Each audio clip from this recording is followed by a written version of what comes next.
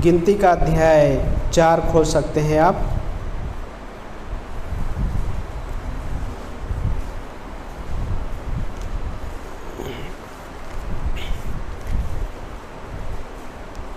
तो यहाँ पे वचन नंबर 4 पढ़ेंगे हम।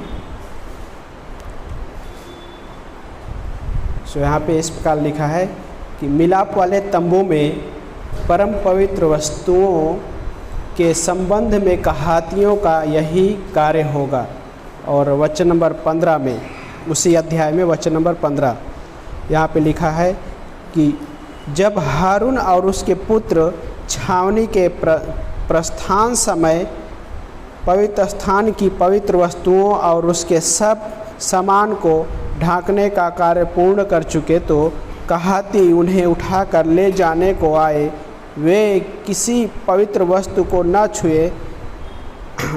छुए और आगे लिखा है कि कहीं मर न जाएं। मिलाप वाले तंबू की यही वस्तुएं कहातियों को उठाकर ले जाना था, है ना। सो प्रार्थना करते हैं।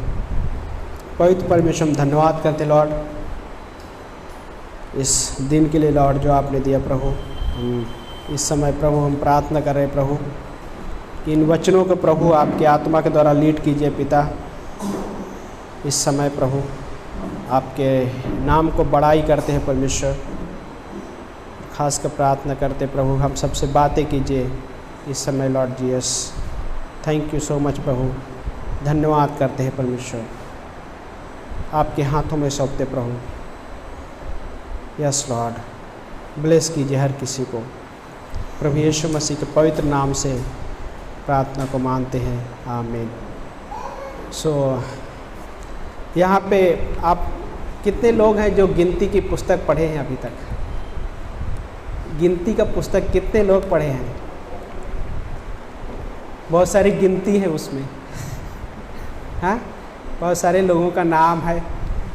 और कभी स्टार्टिंग में ही ऐसा लगता है कि इतने सारे नाम की क्या ज़रूरत है ना।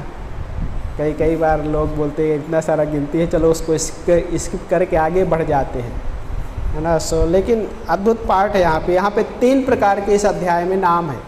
एक है कहाती लोगों का नाम है, और दूसरा जो है गर्शेनियों, जो कि अध्याय 4 वचन नंबर 24 वाले हिस्से में है। और देन तीसरा है मरारियों। तो ये 3 ये एक्चुअली ये इज़राइल गोत्र के ही लोग हैं।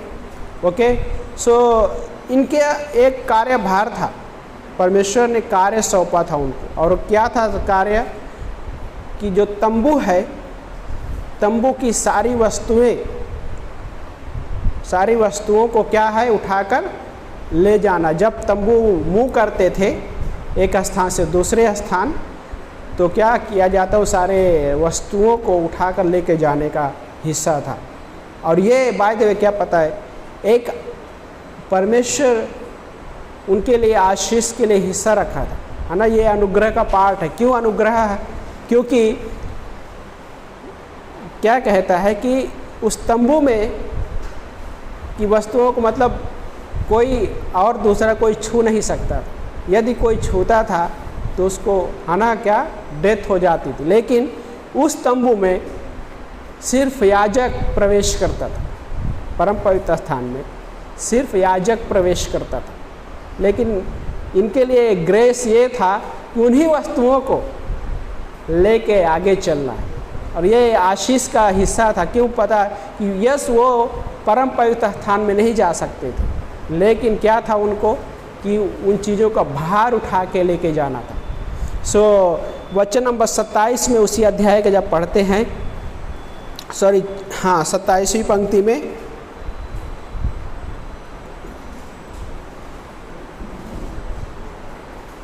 चार अध्याय का ही 27वीं पंक्ति वहाँ पे जब पढ़ते तो वहाँ पे इस प्रकार लिखा है, गेर्शोनियों द्वारा सेवा का कार्य भार उठाना, क्या बोलता है, सेवा कार्य भार उठाना तथा अन्य सभी कार्य हारून और उसके पुत्रों की आज्ञा पर ही किए जाएं। जो भार उन्हें उठाना है उनका उत्तरदायित्व तो तुम ही उन्हें सौंपोगे।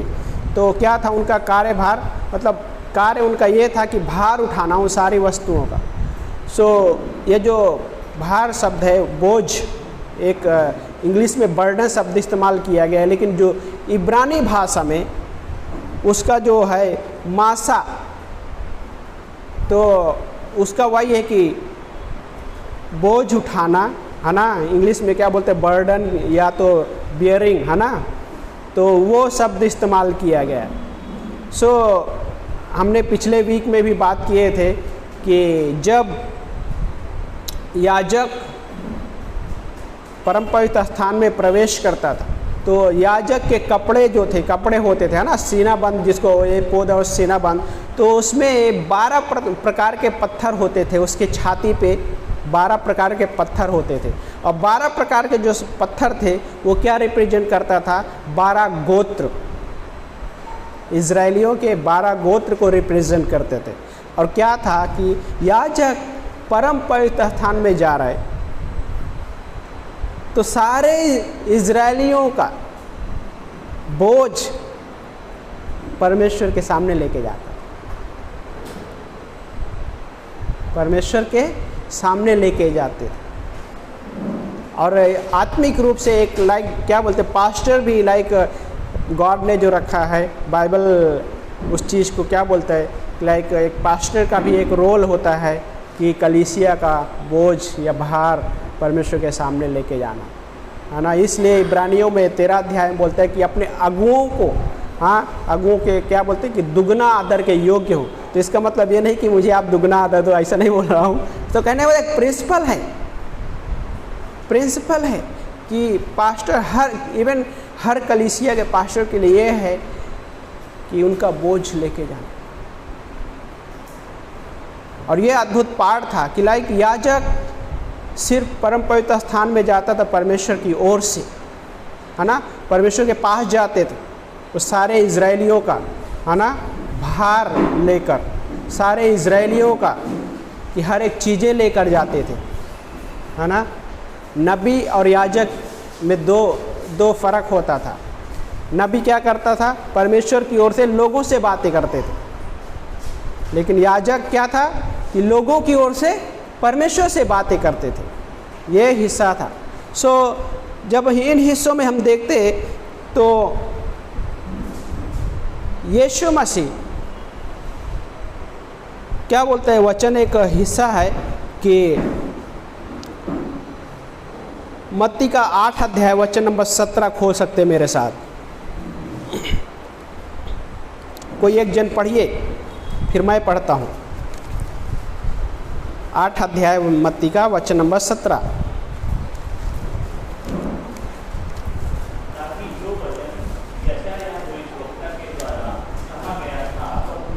हाँ,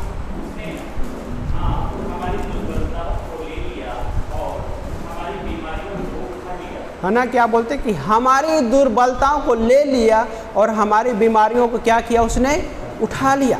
सो प्रभु यीशु मसीह इस दुनिया के हर एक इंसान के पाप का बोझ अपने ऊपर लिया क्रूस पे। और सिर्फ पाप का ही नहीं, आज भी हर विश्वासी के चिंताओं का भी बोझ लेता है यीशु मसीह। और इसलिए मत्ती का अध्याय में जब पढ़ते हैं 11 अध्याय वचन नंबर 28, 29, 30 जब पढ़ते हैं तो वहाँ पे यीशु मसीह क्या बोलता है, हे बोझ से दबे हुए लोग मेरे पास आओ। सो इस दुनिया में हर एक इंसान के लिए प्रभु यीशु मसीह एक इन्विटेशन दे रहे, और वो इन्विटेशन ये है कि बोझ से दबे हुए लोगों के लिए, है ना। तो प्रभु यीशु मसीह सिर्फ पाप का ही बोझ नहीं लिया, परंतु जब एक विश्वासी एवं अविश्वासी भी जब उस बोझ से गुजरते हैं, बहुत सारे हिस्से होते हैं उनके लाइफ में, तो यीशु मसीह उसका भी बोझ लेना चाहते हैं। और देन उसके बाद प्रभु यीशु मसीह क्या देना चाह रहे हैं, रेस्ट, आराम, क्योंकि वो परमेश्वर आज भी बहुत सारे बोझ से आज़ाद करता है परमेश्वर, है ना। क्या बोलते हैं, रियल बोझ वो नहीं है, रियल बर्डन वो नहीं है कि किसी इंसान के सर पे कहने का मतलब 100 kg का वज़न रख दिया जाए, है ना।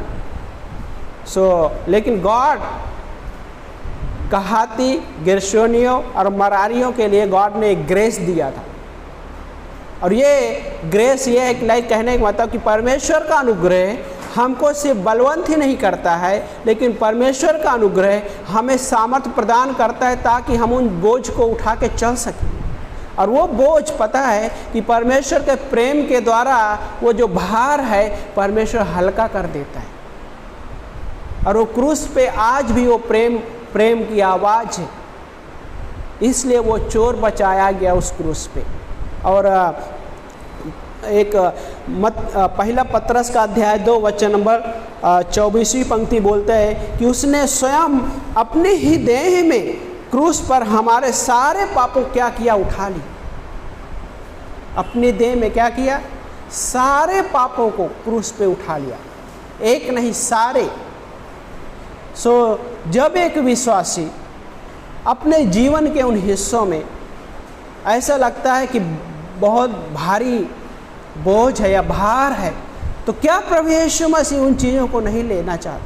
क्या उन चीज़ों से परमेश्वर छुटकारा नहीं देना चाहते? जब वो सारे पापों को उठा सकता है, तो क्या इंसान के जीवन के उन हिस्सों को नहीं उठा सकता है?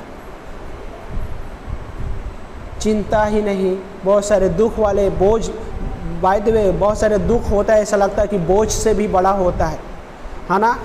सारे जो फिज़िकल जो दिखने वाले बोझ को तो एक बार उठा के रख दिया जा सकता है, लेकिन ये जो बोझ होता है चिंता या दुख और बहुत सारे चीज़ों का, वो निकलना बहुत मुश्किल होता है। और कई बार लोग उसको अपने जीवन में लेके चलते हैं, क्योंकि उससे छुटकारा देने के लिए किसी इंसान के पास वो सामर्थ्य नहीं है, किसी इंसान के पास वो ग्रेस भी नहीं है। लेकिन प्रभु यीशु मसीह सामर्थ्य भी देता है और ग्रेस लाइक अनुग्रह भी देता है उन चीज़ों के लिए, क्योंकि वो परमेश्वर समझता है हर एक इंसान को। और वही क्रूस पे वो है। हाँ, एक पिलग्रिम प्रोग्रेस करके एक स्टोरी और बुक भी है। हाँ, और वो बुक क्या बोलता है कि बाइबल के बाद सबसे ज़्यादा जो पुस्तक थी वो थी पिलग्रिम प्रोग्रेस नाम की एक पुस्तक। जॉन बनियन करके एक उसका लेखक वो व्यक्ति का स्टोरी है, वो जेल में होता है बाय द वे। हाँ, लेकिन वो बुक इतना लोगों ने पसंद किया, तो उसमें भी क्या बोलता है कि एक वो जो व्यक्ति होता है ना पिलग्रिम प्रोग्रेस में, एक बोझ लेके चलता है और अपने जीवन में लेकिन जब वो क्रूस के पास पहुंचता है पूरी तरह से फ्री हो जाता है। तो एक मसीही लाइफ में क्रूस के पास जाना बहुत ज़रूरी है, बहुत अनिवार्य है। पहला कुरिन्थियों में पौलुस बोलता है कि मैं हर दिन मरता हूँ उस क्रूस पे, हर दिन। सोचिए, प्रतिदिन बोलता है। कई बार विश्वासी उस क्रूस पे मरता नहीं है, इसलिए उसके जीवन में बहुत सारे बोझ लेके चलता है। वो क्रूस पे जाता तो है कई बार, लेकिन वो बोझ नहीं छोड़ता यीशु मसीह के पास, और इस वजह से वो छुटकारा नहीं पाता है। और जब छुटकारा, क्या यीशु मसीह छुटकारा नहीं देना चाहते? यीशु मसीह सिर्फ पाप से ही छुटकारा नहीं, परंतु हमारे जीवन के रोजमर्रा वाले पार्ट में भी उन हिस्सों को लेना चाहते हैं। इसलिए पौलुस बोलता है कि मैं हर दिन उस क्रूस पे मरता हूँ। आई डाई डेली, प्रतिदिन। और ये हर विश्वासी के लिए लाइक उस क्रूस पे जाना सीखना बहुत ज़रूरी है। और क्रूस पे जाने के लिए भी गॉड हमको ग्रेस देता है। वो ग्रेस है हमारे लिए। लाइक कहाती, गेर्शोनियों, मरारियों पवित्र स्थान में तो नहीं जा सकते थे, लेकिन उन्हीं पवित्र स्थान की सारी वस्तुओं को कैरी करके जा रहे। सोचिए कितना उनके लिए ब्लेसिंग पार्ट था। हाँ, लेकिन गॉड हमको अपना बोझ नहीं देता है। कहने का मतलब यस, उनके लिए एक आशीष थी, क्योंकि परमेश्वर स्वयं हमारा बोझ उठाता है ना। यशायाह में जब पढ़ते हैं तो वहाँ पे एक क्या बोलता है कि मनुष्य एक लकड़ी का क्या करता है, एक लकड़ी के हिस्सों में खाना बनाता है, और उसी लकड़ी के हिस्सों से घर की वस्तुओं को बनाता है, और कुछ लकड़ी के हिस्से से आग जलाकर, है ना, जब ठंड होता है तो हाथ भी गर्म कर लेता है। लेकिन उसी लकड़ी के हिस्से को क्या बोलता है, मूर्ति भी आकार दे देता है और वो उस मूर्ति को अपने कंधे पे लेके चलता है।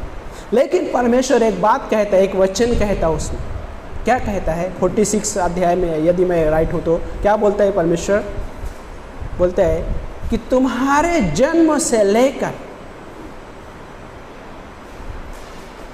बाल पकने तक पूरे बुढ़ापे में मैं तुम्हें अपने गोद में लेकर फिरूंगा। तो मीन्स कहने का मतलब क्या कि लोग उस मूर्ति को बनाकर कंधे में लेके चलते हैं, लेकिन परमेश्वर बोलता है कि मैं तुम्हारा बोझ भार उठाने वाला वो परमेश्वर अपनी गोद में लेके चलूँगा। और ये है परमेश्वर का एक चरित्र, जो परमेश्वर गोद में लेके चलने वाला वो परमेश्वर है। भजन संहिता का अध्याय 73 अध्याय में वचन नंबर 23 और 24 में पढ़ते हैं।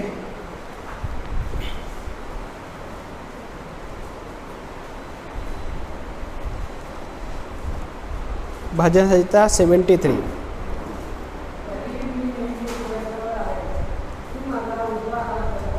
हाँ,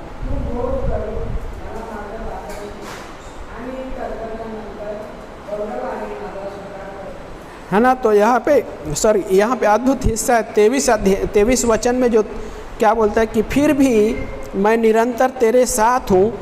उससे पहले कुछ चीज़ें हैं है ना। एक्चुअली 2 पार्ट है। पहले हिस्से में दुष्ट लोगों के प्रति सोचता है कि दुष्ट लोग किस तरह से है ना आशीष पाते हैं सारा चीज़ें, लेकिन अभी दूसरे पार्ट में वो परमेश्वर का चरित्र समझ पा रहा है, परमेश्वर का हृदय समझ पा रहा है।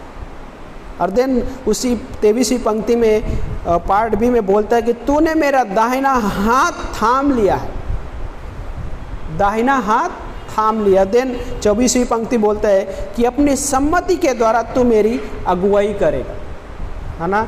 जब कई बार मसीह लाइफ में बहुत सारा चीज़ें बोझिल लगता है, बोझ जैसा लगता है, तो परमेश्वर क्या बोलता है, वचन बोलता है कि तू मेरा दाहिने हाथ थाम लिया और मेरी अगुवाई भी करने वाला वो परमेश्वर।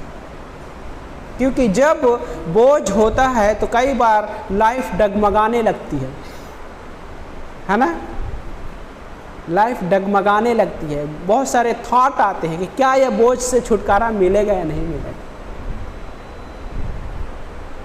लेकिन गॉड का वचन बोलता है कि उसने हमारा हाथ थामा और हमें सम्मति देता, सलाह देता है।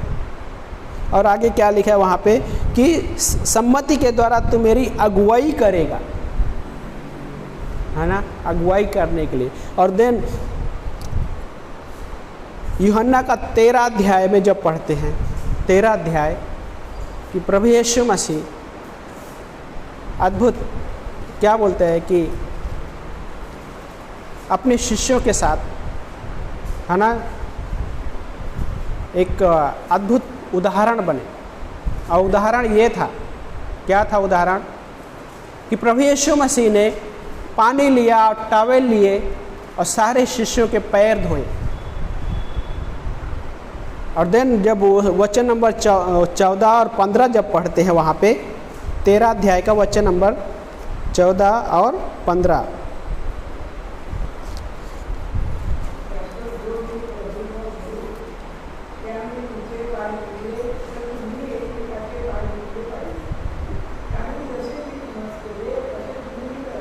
है ना। तो यहाँ हाँ, तो वचन 14 बोलता है कि यदि मैंने प्रभु और गुरु होते हुए तुम्हारे पैर धोए तो तुम्हें भी एक दूसरे का पैर धोना चाहिए। और वचन और 15 बोलते हैं क्योंकि मैंने तुम्हें नमूना दिया है। हाँ, क्या दिया है, एक नमूना। और देन आगे क्या बोलता है कि तुम भी वैसा ही करो जैसा मैंने तुम्हारे साथ किया। भार उठाने के लिए बोल। गलातियों का 6 अध्याय वचन नंबर 2 में जब पढ़ते हैं वहाँ पे, तो उस पंक्ति में क्या लिखा है कि एक दूसरे का भार उठाओ, इस प्रकार मसीह की व्यवस्था को तुम पूर्ण करोगे। एक दूसरे का भार उठाओ, इस प्रकार मसीह की व्यवस्था को क्या है, पूर्ण करोगे, पूरा करोगे। सो प्रभु यीशु मसीह हमें एक नमूना दिया है, एग्जाम्पल, पैर धोते हुए। यस, आज वो एक परमानेंट पार्ट नहीं था, है ना। बाइबल में कुछ हिस्से जो परमानेंट नहीं है, जो कुछ हिस्से हैं परमानेंट है। लाइक प्रभु भोज परमानेंट है, हम हर महीना करते, कई जगहों में लोग हर रविवार करते हैं। बपतिस्मा परमानेंट है, यीशु मसीह ने बपतिस्मा लिया और आज भी बपतिस्मा का पाठ है। लेकिन कुछ हिस्से है जो परमानेंट नहीं था टीचिंग के अनुसार, और उसमें से क्या बोलता है, ये पैर धोने वाला भी पार्ट परमानेंट नहीं था, है ना। उस समय प्रभु यीशु मसीह ने एक उदाहरण दे रहे, क्या था कि एक दूसरे का भार उठाओ। लिटरल पैर धोने की आवश्यकता नहीं है ना। जब प्रभु यीशु मसीह जब पतरस को बोला तो पतरस क्या बोलते हैं, नहीं आप मेरा पैर नहीं धो सकते। हाँ, आप मेरा पैर नहीं धो सकते, प्रभु होकर आप कैसे मेरा पैर धो सकते हैं। सो प्रभु यीशु मसीह बोलते हैं कि जब मैं, अगर ये चीज़ें नहीं हो रही है, नहीं करता है मैं, तो मेरा और तुझ में कोई संबंध नहीं। तो पतरस बोलते तब तो प्रभु पूरा नहला दो, हाँ पूरा नहला दो, क्योंकि संबंध की बात है, रिलेशन। लेकिन प्रभु यीशु मसीह कुछ और सिखाना चाह रहे थे, और वो ये था कि भार उठाने के लिए। और देन प्रभु यीशु मसीह का उत्तर आता है, क्या उत्तर था, जो एक बार नहा चुके हैं उनको फिर से नहाने की आवश्यकता नहीं है, लेकिन पैर धोने की आवश्यकता है। लेकिन वो एक नमूना था, उदाहरण था, है ना। एक उदाहरण बना यीशु मसीह कि तुम भी वैसा ही करो। लेकिन एक मसीही, कई बार मसीह अपने बारे में स्वयं के बारे में ज़्यादा सोचता है, और इस वजह से एक दूसरे का भार नहीं उठा पाता। सेल्फ, और सेल्फ कई बार बहुत खतरनाक होता है, बाय द वे। हाँ, सेल्फ सेंटर्ड होना, सेल्फ एनालाइज, क्या बोलते हैं हिंदी में उसका सेंटेंस नहीं है कि कहने का मतलब कि अपने ही बारे में सोचना और अपनी ही बातों को रखना। इसलिए पौलुस बोलता है वो सेल्फ जो है क्रूस पे, उस पर मरने की आवश्यकता है। जब हमने विश्वास किया तो उस समय में हमारे सारे पाप क्षमा हो गए उस क्रूस पे, जो संपूर्ण बलिदान के द्वारा। लेकिन जो सेल्फ है उसको भी मरने की आवश्यकता है, उस क्रूस पे ही वो हो सकता है। सिवाय क्रूस के कोई ऐसा प्लेस नहीं है जहाँ पे सेल्फ को ख़त्म किया जा सके। और देन वहाँ से शुरुआत होता है आत्मिक लाइफ में, आत्मिक जीवन में एक दूसरे का भार उठाना। प्रभु यीशु मसीह हमारे लिए एक एग्जाम्पल, उदाहरण, नमूना शब्द वही है ना। आज हमको यीशु मसीह की सारी व्यवस्थाओं को पूरा करने की आवश्यकता नहीं है, लेकिन क्या बोलता है कि जब एक दूसरे का भार उठाते देन वो व्यवस्था को पूर्ण करते, है ना। कोई लोग बोलेगा अरे मेरा ही भार इतना है, मैं दूसरे का भार कैसे उठाऊं, है ना। लेकिन यीशु मसीह से हम सीखते हैं, इन वचनों से हम सीखते हैं दूसरे का भी भार उठाना, और उसके लिए भी गॉड हमको ग्रेस देता है। लेकिन उस ग्रेस के लिए हमको उस क्रूस पे जाना जरूरी है। और पौलुस इसलिए उस ग्रेस को समझ पाया उतना, क्योंकि वो क्या कहता है, मैं हर दिन उस क्रूस पे मरता हूँ, हर दिन। क्योंकि जब हमारे अंदर जो सेल्फ है, बहुत सारी चीज़ें हैं, जब क्रूस पे जाएंगे, क्रूस पे जाते तो वहाँ से हम उन सारे चीज़ों को रख कर यीशु मसीह के पास सौंप कर हम वहाँ से अनुग्रह और सामर्थ्य लेकर आते हैं, और वो हमको हेल्प करता है। और यही था गेरशोनियों, कहातियों और मरारी लोगों के लिए। यस, हम पवित्र स्थान में नहीं जा सकते, लेकिन उन्हीं वस्तुओं को हम उठा के लेके जाएंगे खुशी से, आनंद से, दबाव से नहीं। तो भार उठाने का ये भी है कि दबाव से नहीं, जो भी करो स्वेच्छा से, दबाव से नहीं। हाँ, यदि कोई दबाव से भी कर रहा है तो प्रभु यीशु मसीह उसके हृदय को देखता है, समझता है, जानता है सब कुछ। उसका प्रतिफल नहीं है, उसका प्रतिफल नहीं है। कहने का मीन्स आशीष, ब्लेसिंग जो है ना, तो ब्लेसिंग को लोग कई बार इस प्रकार मापते हैं। कैसे? दिखने वाली वस्तुओं के आधार पे मापते हैं ब्लेसिंग को, है ना। इस दुनिया में क्या है कि जब कुछ अच्छा हो गया तो वो आशीष है, लेकिन कुछ बुरा हो गया वो शाप है ना। तो इस तरह से मेजरमेंट करते हैं, लेकिन विश्वासी लाइफ में टोटली अलग है ना। तो इस कॉन्फ्रेंस में एक हिस्सा था, पार्ट था, वो था टूटापन, ब्रोकननेस। टूटापन आशीष लेकर आती है ना। मुंबई में कोई एक व्यक्ति से ऐसा मिला, बोलते हैं कि मेरे लाइफ में जितना मुंबई में स्पीड ब्रेकर नहीं होंगे उतने तो मेरे लाइफ में स्पीड ब्रेकर है। मतलब टूटापन है। लेकिन मसीही लाइफ में एक टूटापन आशीष का कारण कैसे हो सकता है ना। टूटापन बहुत हर किसी को पसंद नहीं है। कोई भी नहीं बोलेगा टूटापन को स्वीकार करने के लिए मुझे टूटना है, कोई नहीं स्वीकारेगा, लेकिन उसमें आशीष है। पास्टर शिवेली उदाहरण दे थे जोसेफ का। यूसुफ अपने लाइफ में बहुत टूटा हो, बहुत ही ब्रोकन हो। खुद के भाइयों ने उसको गड्ढे में डाला, खुद के भाइयों ने फिर बेच भी दिया, पिता से दूर हो गया,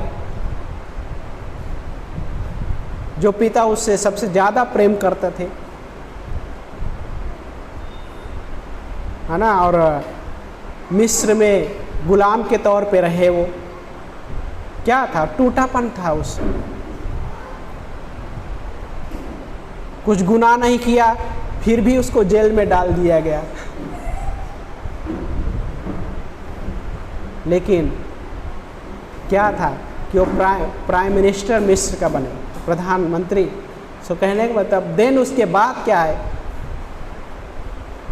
अपने सारे भाइयों को और अपने पिता से वो मिल पाया। क्या था वो? आशीष था। क्या यूसुफ सोच सकते थे कि मैं अपने परिवार को मिल पाऊंगा दोबारा? पता नहीं। हो भी सकता कि यूसुफ के हृदय में एक विश्वास रहा हो कि मैं एक दिन ज़रूर मिलूंगा। यस, हेवन की बात अलग थी, लेकिन कहने का मतलब फिजिकल रूप में पता नहीं। लेकिन वो उसके लाइफ में ब्रोकन टूटा वो, लेकिन उस क्या है कि लास्ट में अपने भाइयों को, अपने पूरे परिवार से मिल सका वो, उसके लिए आशीष था। मसीही लाइफ में वही है कि जब एक विश्वासी एक दूसरे का भार उठाना सीखता है और एक दूसरे का भार उठाते हुए जब मसीही लाइफ में चलते हैं, उसका भी एक आशीष है। और वो आशीष के बारे में क्या बोलते हैं पता है? उसमें से एक भी पार्ट खोने नहीं पाओगे। गॉड ये बोलता है, एक भी पार्ट।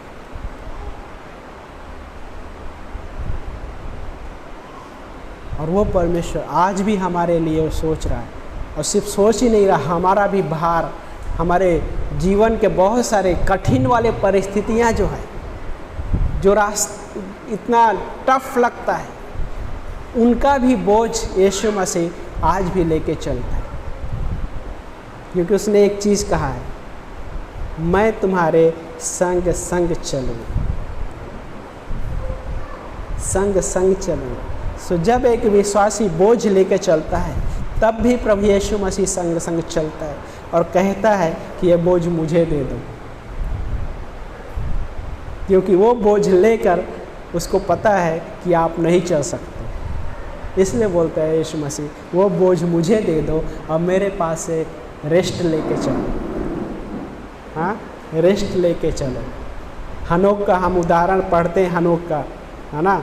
हनोक 365 साल परमेश्वर के साथ चला, है ना। तो स्टोरी पास्टर काल बताते थे कि एक छोटी बच्ची का उदाहरण देते थे वो, कि एक छोटी बच्ची परमेश्वर के साथ, है ना, चलने लगी। जब काफ़ी दूर चली गई तो बोलती है कि परमेश्वर, मेरे मम्मी पापा वेट कर रहे होंगे मेरा, अभी जाना चाहिए घर। तो गॉड बोलते हैं ओके, आपके मम्मी पापा का घर जो बहुत दूर अभी है, मेरा घर पास में है, कहाँ जाना चाहोगे? तो गॉड बोलता है कि मेरा घर पास में है, यदि वहाँ पे क्यों नहीं सोचते। तो हनोक उस प्रकार से इतना परमेश्वर के साथ चला, इतना करीब पहुँच गया, गॉड बोलते हैं अभी मेरे घर में आ जा, है ना। वो हनोक भी अपने लाइफ में पौलुस के जैसा ही जीवन जिया। हम ये कह सकते हैं कि हर दिन क्रूस तो उसने नहीं देखा, लेकिन ये कह सकते हैं हनोक के बारे में, वो कह सकता था कि मैं हर दिन वो बलिदान के रूप में अपने आप को चढ़ाता हूँ। हर दिन परमेश्वर को बलिदान चढ़ाते हुए अपने आप को वो परमेश्वर के साथ चल सका। एक विश्वासी के लाइफ से परमेश्वर क्या चाहता है? जीवता और भावता हुआ बलिदान चाहता है। रोमियो का 12 अध्याय वचन नंबर 1-2 में जीविता और भावता हुआ बलिदान ग्रहण योग्य है वो परमेश्वर। डेड बलिदान नहीं चाहिए। इसलिए जब एक विश्वासी का भार उठाना सीखता है, उठाकर चलता है, और वो परमेश्वर के लिए एक जीवित बलिदान के रूप में है। लेकिन जो सेल्फ होता है वही चीज़ नहीं करने देता है। इस वजह से एक विश्वासी दूसरों का भार उठाकर नहीं चल पाते, बिकॉज ऑफ सेल्फ, स्वयं केंद्रित जीवन, सिर्फ मेरा ही एरिया, इतना बस, सिर्फ मैं ही, मेरे ही विचार। इस वजह से वो परमेश्वर के पास जीवता बलिदान नहीं चढ़ा पाता। लेकिन जब एक विश्वासी सीखता है उस तरीके से, तो ग्रेस जो बलवंत करता है उसके सामर्थ्य को भी समझ पाता है। रोमियो को 5 अध्याय वचन नंबर 5 में क्या बोलते हैं वचन? कि परमेश्वर ने पवित्र आत्मा के द्वारा क्या किया है? प्रेम को उड़ेला है हर विश्वासी में। पढ़िए एक जन कोई हिंदी में।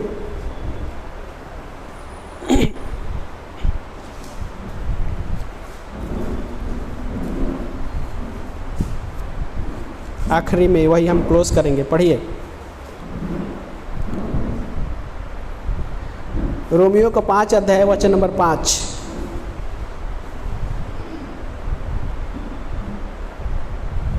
मिला किसी को? आशा से लज्जा नहीं होती। हाँ, क्योंकि पवित्र आत्मा जो हमें दिया गया है उसके द्वारा परमेश्वर का प्रेम हमारे मन में डाला गया है ना।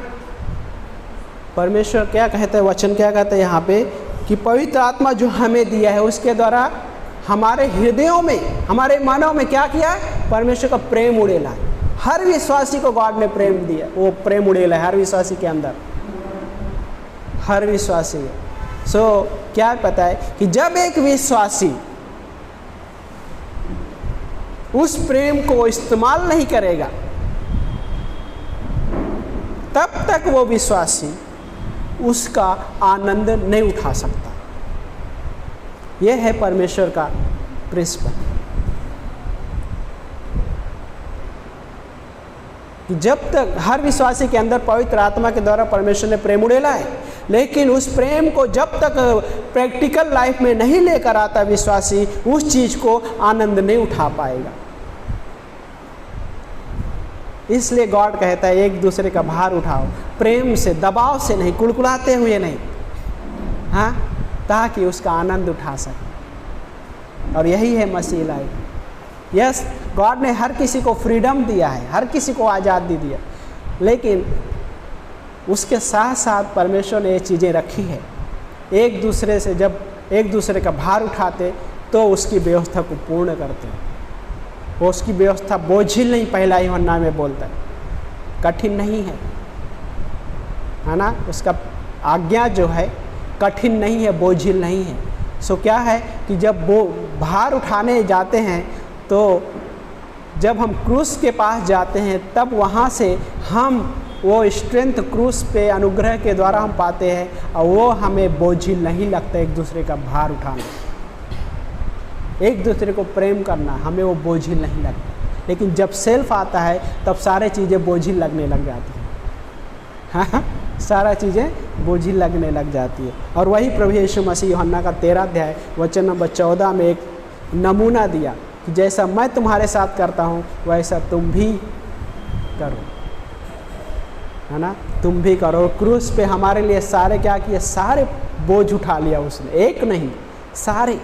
लेकिन आज भी हमारे व्यक्तिगत जीवन के हर एक हिस्सों में वो बोझ से आज़ाद करना चाहता है। लेकिन जब हम उस क्रूस के पास जाते हैं तब, इसलिए पौलुस सिखाता है कि मैं हर दिन क्रूस पे मरता हूँ, हर दिन।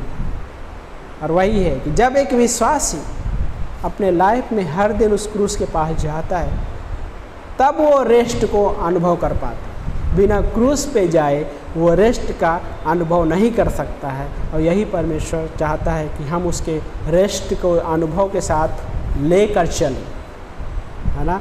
और वो रियल क्या बोलते हैं, जॉय है ना, वो आनंद है परमेश्वर का। और वो परमेश्वर आज भी हमारे लिए, आज भी वो ग्रेस देता है। हर समय उसका ग्रेस हमारे लिए वेट करता है। यशायाह का 30 अध्याय वचन नंबर 18 क्या बोलता है कि परमेश्वर इंतजार करता है कि किस पर अनुग्रह करे। इंतजार कर रहा है गॉड, हाँ, किस पर अनुग्रह करे, है ना। सो आमीन। आइए प्रार्थना करते। पवित्र परमेश्वर हम धन्यवाद करते प्रभु जी। यस लॉर्ड, आपको महिमा देते हैं परमेश्वर। आपकी विश्वास योग्यता के लिए धन्यवाद देते प्रभु। हमें हेल्प कीजिए परमेश्वर। यस लॉर्ड,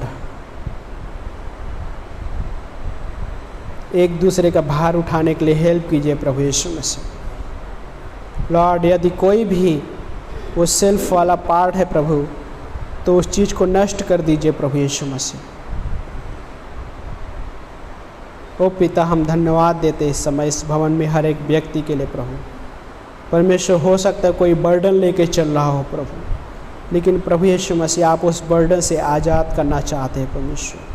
वो बर्डन ये नहीं, वो बोझ ये नहीं सच में कि लाइक 50 किलो या 100 किलो का बोझ हो, लेकिन हो सकता है कि ऐसे बहुत सारे हिस्से हो सकते हैं जीवन में और वो बोझ से भी बहुत ज़्यादा लग रहा होगा प्रभु। लेकिन यीशु मसीह, हम प्रार्थना कर रहे हैं परमेश्वर कि प्रभु आज प्रभु यीशु मसीह छू कर प्रभु आप पूरी तरह से विश्राम दे दो परमेश्वर। प्रभु दूर कर दो पूरी तरीके से लॉर्ड यीशु मसीह, चंगाई दो प्रभु यीशु मसीह। हम धन्यवाद करते हैं परमेश्वर, आपकी महिमा के लिए मांगते हैं प्रभु जी। यस लॉर्ड, हाँ पिता, आपकी इच्छा पूरी होने पाए प्रभु। हाँ प्रभु जी, धन्यवाद करते हैं परमेश्वर, धन्यवाद करते हैं परमेश्वर। आपके अद्भुत प्रेम के लिए धन्यवाद करते हैं, आपके अद्भुत अनुग्रह के लिए धन्यवाद करते हैं परमेश्वर कि आप हमारे प्रति कितना विश्वास योग्य परमेश्वर है प्रभु। आप जो हमारा हर दिन हमारा बोझ लेकर चलता है परमेश्वर, हर दिन प्रभु। धन्यवाद करते हैं परमेश्वर। यस लॉर्ड, आपके नाम को बढ़ाई देते हैं इस समय प्रभु। धन्यवाद करते हैं प्रभु यीशु मसीह के नाम से इस प्रार्थना को मानते हैं। आमीन।